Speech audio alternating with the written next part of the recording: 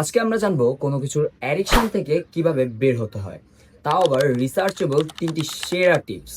তার আগে জানবো অ্যাডিকশন আসলে কি, এটা আমাদের জীবনে কতটা ভয়ঙ্কর প্রভাব ফেলতে পারে। এডিকশন হচ্ছে একটা কাজ বা অভ্যাস যেটা আমরা ছাড়তে চাইলেও আসলে পারি না। যেমন হতে পারে ফোন বা গেম বা আমরা যে সোশ্যাল মিডিয়ায় স্ক্রল করি তা।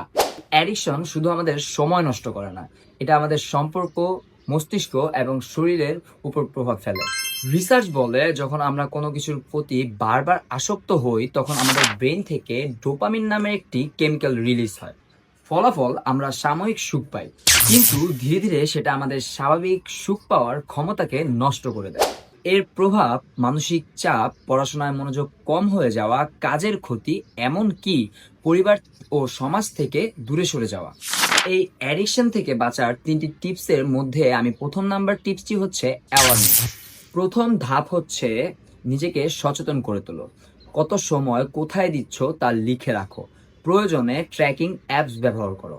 দ্বিতীয় নাম্বার হচ্ছে হেলদি অ্যাল্টারনেটিভ খুঁজে নেওয়া। যে সময় তুমি আসক্তিতে কাজে লাগাও সে সময় অন্য কোনো কাজ করো, যেমন ব্যায়াম করা, মেডিটেশন করা, নতুন কোনো স্কিল শেখা।